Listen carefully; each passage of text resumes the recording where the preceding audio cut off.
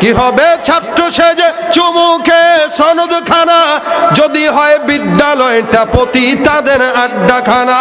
এর চেয়ে মরাই ভালো, দেশ ছেড়ে যাওয়াই ভালো, এর চেয়ে মরাই ভালো, দেশ ছেড়ে যাওয়াই ভালো।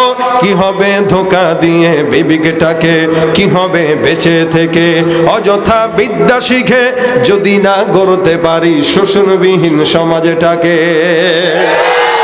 কি হবে কিতাবাদির তালিম দিয়ে মাদ্রাসাতে, যদি ওই খোদার কোরআন নিষিদ্ধ হয় আদালতে। কি হবে কিতাবাদির তালিম দিয়ে মাদ্রাসাতে, যদি ওই খোদার কোরআন নিষিদ্ধ হয় আদালতে। কাফনের কাপড় মাথায় ময়দানে আয় ছুটে আয়, কাফনের কাপড় মাথায় ময়দানে আয় ছুটে আয়। বিলিয়ে দে না তোদের জীবনটাকে, কি হবে বেঁচে থেকে অযথা বিদ্যা শিখে, যদি না গড়তে পারি শোষণবিহীন সমাজটাকে। কি হবে লেখালেখি কলমবাজির এই মহড়া, সমাজের আসল চিত্র যদি না যায় তুলে ধরা। যদি ওই ঘুষের বলে কলমটাও উল্টো চলে, যদি ওই ঘুষের বলে কলমটা উল্টো চলে, তবে কি যাবে রোখা দুর্নীতিকে, কি হবে বেঁচে থেকে অযথা বিদ্যা শিখে, যদি না করতে পারি শোষণবিহীন সমাজটাকে। ঠিক কিনা? কি হবে শেষ নবীজির উম্মত বলে দাবি করে, যদি ওই নবীর চেয়ার কাদিয়ানীরা দখল করে।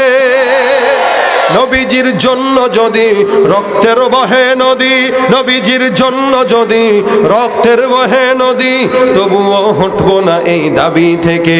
কি হবে বেঁচে থেকে অযথা বিদ্যা শিখে, যদি না গড়তে পারি শোষণবিহীন সমাজটাকে। কি হবে বেঁচে থেকে, কি হবে বেঁচে থেকে, কি হবে বেঁচে থেকে। ঠিক কিনা? মাঝে মাঝে চলবে, সজাগ থাকবেন না ঘুমাবেন? কারা কারা ঘুমাবেন হাত তুলেন। বুঝে নাই? বাকিরা সজাগ আছে আলহামদুলিল্লাহ। সজাগ থাকবেন তো ইনশাল্লাহ? আমরা কার পাগল? মুখে মুখে, মুখে মুখে। যদি আল্লাহরই পাগল হল, এশার নামাজ কারা কারা পড়ছেন হাত তুলেন। পড়েন নাই কারা কারা? এটা হাত তুলবে না, এটা হাত তুলবে না। যদি নামাজ পড়ি না, এটা আবার হাত তোলা যায়? আল্লাহর পাগল হইলে দাঁড়িয়ে নাই কেন?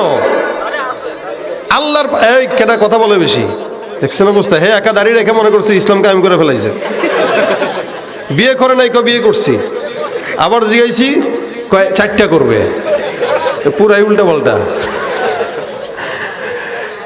দাঁড়িয়ে আমি একা আসছি, একা রাখছি, আমার পাশের যে রাখে নাই।